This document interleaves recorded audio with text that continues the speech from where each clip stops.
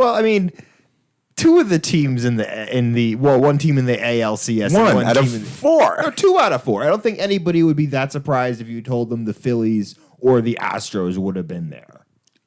Before the playoffs started? Before the playoffs. Well, only because the Phillies went to the World Series last Right. year, I guess you would say that. I think, though, the fact that the Rangers and the Diamondbacks are in the LCS is a big surprise. I don't think most people would have predicted that even when the playoffs started, let alone before the season. Though I guess the Rangers would have been a slightly more, common pick than the Diamondbacks. So we'll take a look at the upcoming League Championship Series, which by the time this drops Monday morning, will have had Game 1. Mm-hmm. The Astros and the Rangers will have played Sunday night, and we will talk about what happened last week leading up to all this. And I guess the surprising thing to everybody was the lack of hitting on the part of the National League teams, in particular the Braves and the Dodgers, who were really great hitting teams who decided to stop hitting. The top 4 MVP candidates, pretty much each one of them had an absolutely awful series. Acuna, Olson, Freeman, and Betts.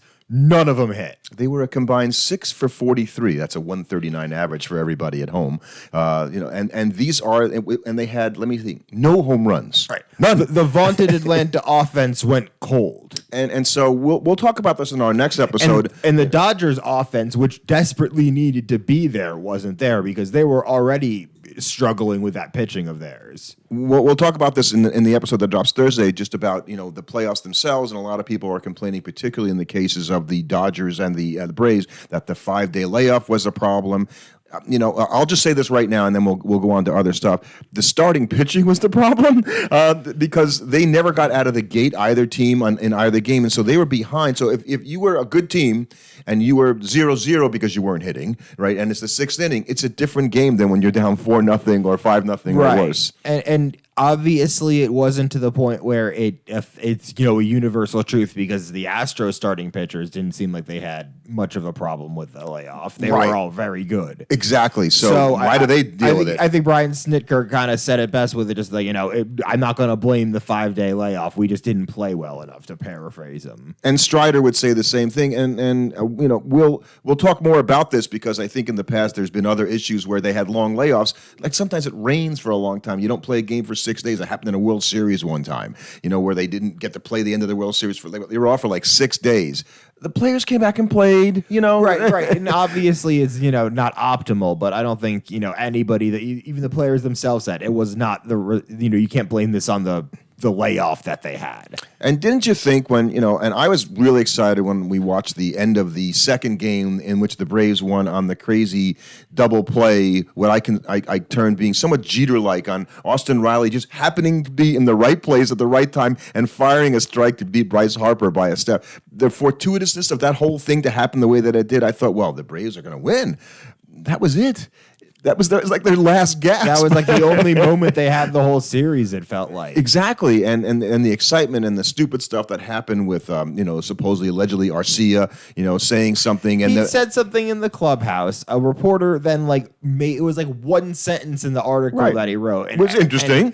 And then Harper stared him down, and then everybody blew it up into this giant thing when it was just, I think it was, honestly, it only became a thing because the series was pretty boring.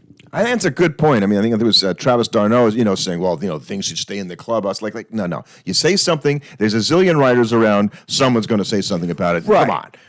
But I think it was because, that the Phillies just kind of thoroughly whooped the Braves, that's the kind of thing that gets a lot of focus because you got to have something to talk about other than, well, the Phillies starting pitching pitched well and the Philly lineup hit some home runs and the Braves didn't. It didn't hit any, right? Right.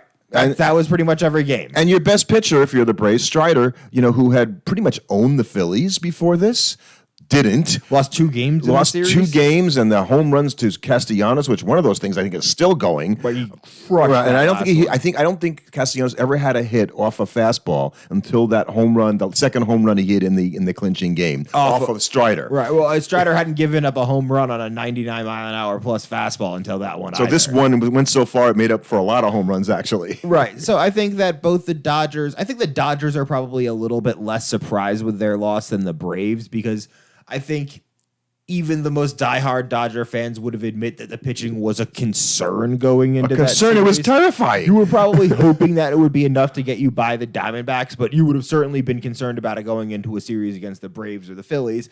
And Clayton Kershaw's playoff demons came back at the worst time. Yeah, it was just us last week saying, well, you got to count on 5 innings or more from Clayton Kershaw of 1 run or no. No, he didn't. He got 1 out in the game. 1 out. It is the shortest outing of Kershaw's career, regular season, playoff, ever in his whole major league career. And if you told Dodger fans Lance Lynn would be starting a playoff game before the end of the season, during the season, they would have been like, oh, that's not a good sign. Like, we're in the playoffs, but that's not good. And then they said, and Bobby Miller would say, well, what about me? And he stunk up the joint also and looked like he was a deer in the headlights, as everybody's saying. So look, we talked about this before. Their pitchers were hurt. The Braves pitchers were hurt. Max Fried wasn't himself, obviously, with the coming back from the blister, and he didn't pitch well. And he needed to be better. They just didn't pitch well enough. Right, but I think both of these teams, as presently constructed, I could see them both running it back next year or retooling. Obviously, I think the Dodgers. I don't think so. The Dodgers are going to go after starting pitching. I think the Braves are going to go after starting pitching. But there's only so many starting pitchers to go around. So I think you'll largely see those teams with maybe an addition or 2 that are going to be notable on each side.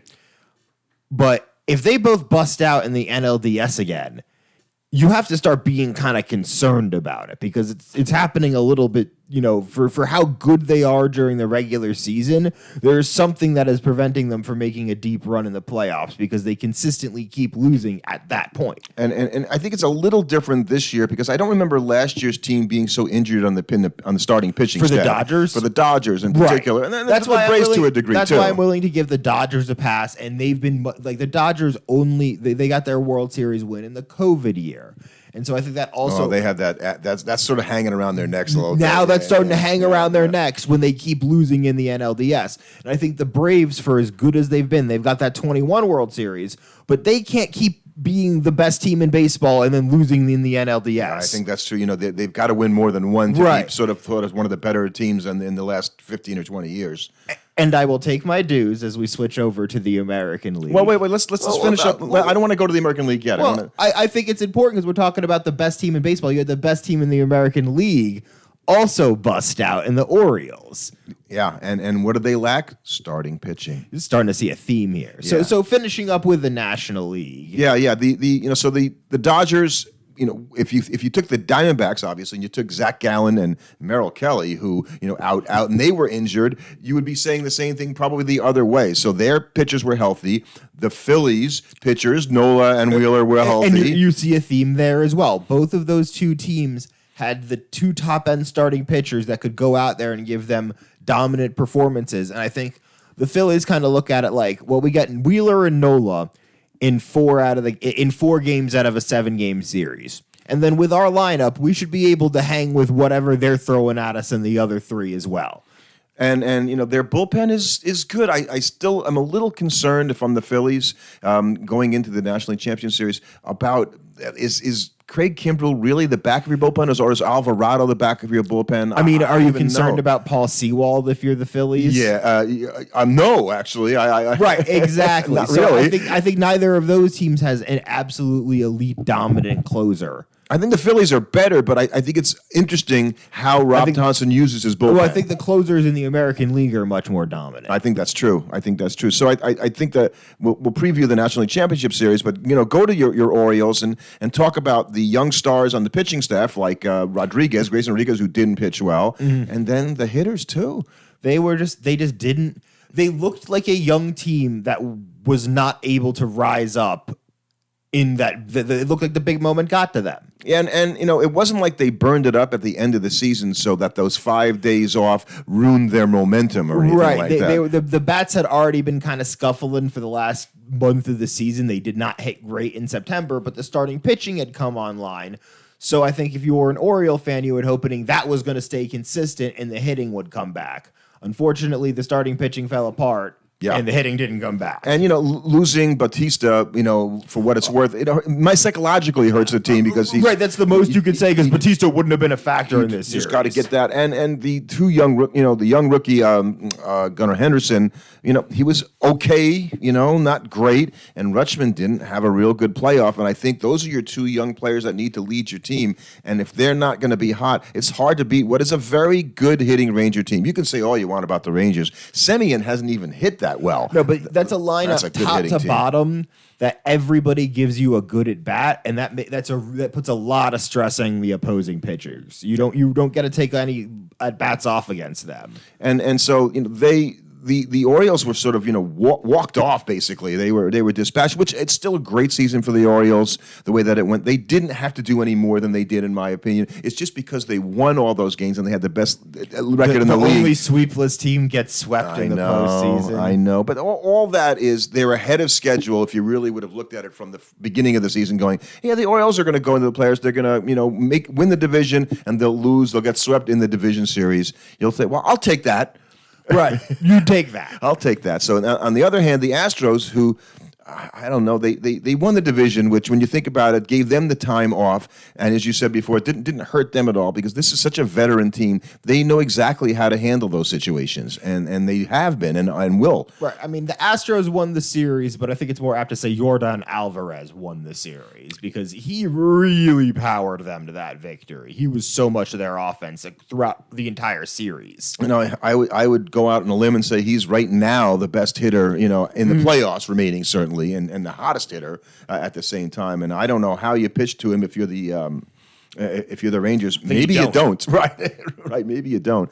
So let's take a look at previewing then the championship series. The game one will have happened between the Rangers and the Astros. And we don't know if Max Scherzer is going to pitch. We think he is going to be on the roster, but at this moment, we don't know. It hasn't been. But they don't have to do that until 1:00 on Sunday afternoon. So, we're recording this before that. And so, could you see a Scherzer Verlander? I mean, would that be just for Met fans, sort of entertainment to watch them oppose each other? And would that be entertaining, or would it be sad?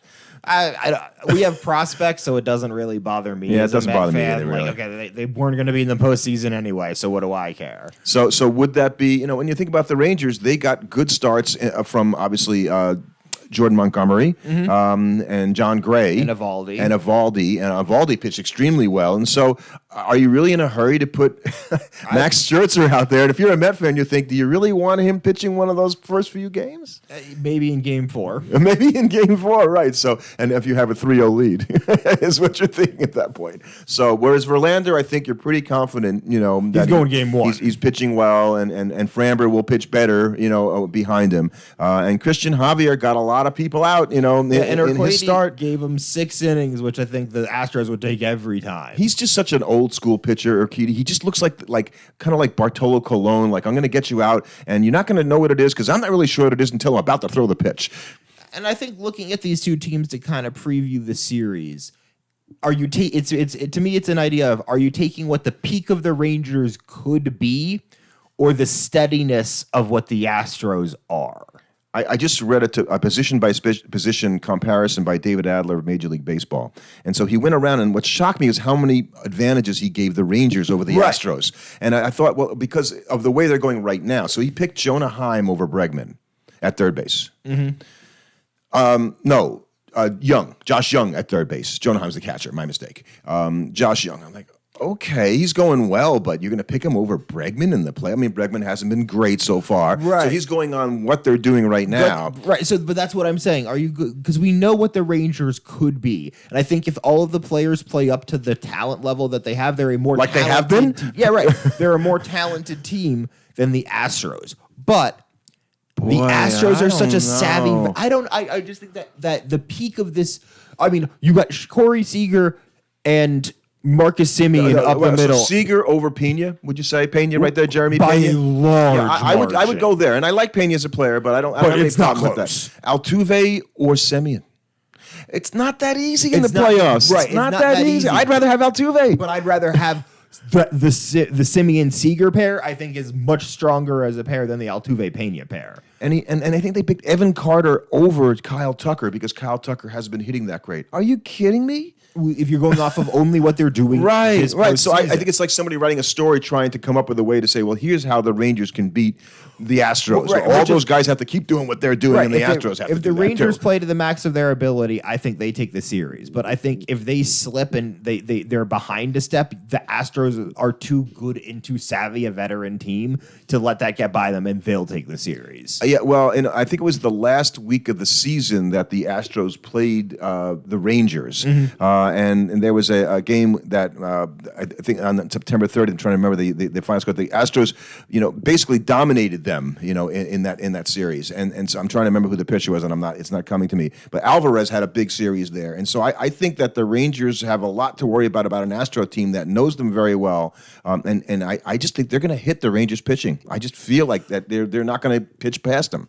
Right. Well, it's just like, do you think that the Ranger pitching is that much worse than the Twin pitching? Because outside of Alvarez, nobody hit the Twin pitching. Yes, I do think it's worse. I'm not confident that you're going to throw out Montgomery, Eovaldi. Montgomery has been consistently good now for about last season and a half, and Gray has been very, very good this year. I just don't see it. The only thing that I like about Montgomery is that maybe, and Alvarez hits everybody, right? So it doesn't matter that he's left-handed so much. But, right. I think they're just not. I think that if you're the Rangers, you're going to say, I'm going to make somebody else beat me. Who do you like? Whose bullpen's better? I think the Astro bullpen, but that's more just because they're more proven. And starting pitching you give to the Astros as well. Right, but I think defensively and offensively, I think the overall strength of the Rangers is greater than the overall strength of the Astros. The Rangers are a good defensive team. I would probably have that as a push, the Rangers and the Astros and the defensively. lineup, I think, for the Astros is overall a little better. So they didn't hit as much, right, against the Twins like you pointed out. And so if you're looking at, the most recent history, the Rangers come in thumping all the way, so you think they're going to keep doing it. I don't know that they'll do it against the Astros. So that's who I'm picking to win that series. Clearly, you're going with the Astros. I think that I'm going with the Rangers mostly just because I don't want to see a repeat of the Astros and the Phillies in the World Series. And here's the thing. I'm not rooting for the Astros. I actually like to see the Rangers win. I just think the Astros are that stake team that you got to stick it through them and kill them to get them to go away. How about in the National League? Where's your head at then? I mean, with a series... This feels like such an easy pick. Yeah. Like, I feel like this is where you kind of go, okay... Nice been year. a really nice year for you Diamondbacks. Yeah. Great story. We're really impressed by you got around guys. further than the Orioles. I hope you don't get swept. Oh, wow. I could see it being that way. That this Philly team they're just on another level to the Diamondbacks right now. I there's a part of me that thinks, well, are the Diamondbacks having that year? And I think it's really hard to go all the way where they were to what that would mean if they were able to go, not just win the league championship, if they win the World Series. If they beat the Phillies in the league championship, they got a chance to win. Much more likely to be like, oh, it's their year kind of year. But that Dodger pitching staff was so underwhelming in the postseason that I think any team would have basically had that performance against them. And when do you think, do the Diamondbacks ever hit a wall here with these young players, in the moment going, okay, the Phillies are a pretty battle-tested team now. It's time that we start giving them their due as being, okay. An Astros-like team. Yeah. I think they have to have another deep run this year to start getting that kind of credit. They're on the way. Right, they're on that way. They're going to make the World Series because they're my pick, obviously. But I think they need to do that in order to get that kind of status.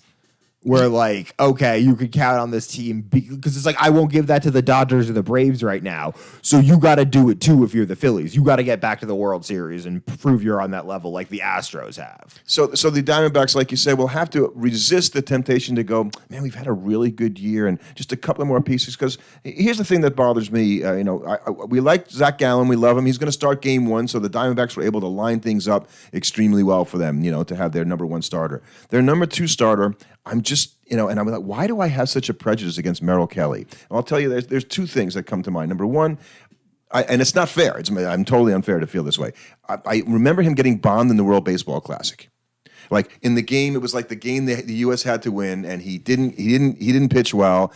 It's a stupid thing because that doesn't make any sense. Okay, so but the big game there, he didn't have it. Oh well, it's too bad. And then late in the season, when they needed the game against the Mets, he got bombed 11-1 in that game. After that, however, he threw 5, 6, 7 innings, and has pitched relatively well. So his more recent straight has been very good. But I just feel like he's a guy that could blow up at any time against a team that can blow you up at any time. Right. I just think that the Phillies are a more battle tested veteran team that's performing really well right now. And I think it's just going to be too big a mountain for the Diamondbacks to climb. I think what it would take is that Zach Gallen, Merrill Kelly, and then one other guy stands on their head in their starts. And if that happens, they got a chance. I don't even know who would be that other pitcher at this, but somebody goes out and has a day. They got a lot of them, but somebody goes out and has a day, and then you get 2 starts from Zach Gallen and maybe a start or 2 from Merrill Kelly, and that's what gets you over the line.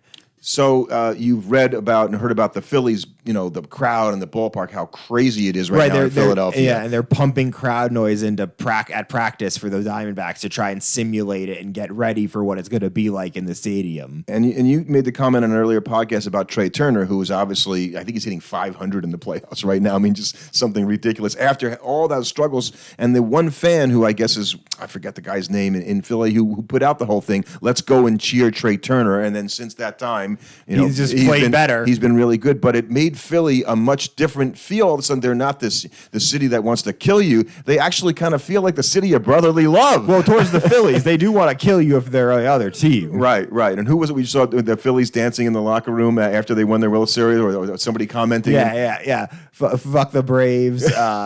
Fuck whoever we play next, and fuck the Mets. Most of all, fuck them. And so the Phillies are still down on the Mets even when they're not playing them. So I think that crowd, my point is going to affect a fairly young Diamondback team because they're not going to know. It was not like that, No, it's going to be like a punch in the face for them dealing with that. And I think that you're going to see a Phillies AL West team in the World Series once again. Yeah, and I'm like you. I'm hoping that it isn't Phillies Astros again, although when you look back on history, and you see that teams, and this happens all the time, they played each other in back-to-back years, and when I start looking at World Series history, it's remarkable because how often it happens. And it happened more before because you only had one champion from each league. So if you won the league and you were a good team, the Cardinals and the Yankees and the the Cardinals and the Tigers have played a bunch of times. So if you're good, you're going to see your opponent in the World Series probably more often than you wish because they're good too.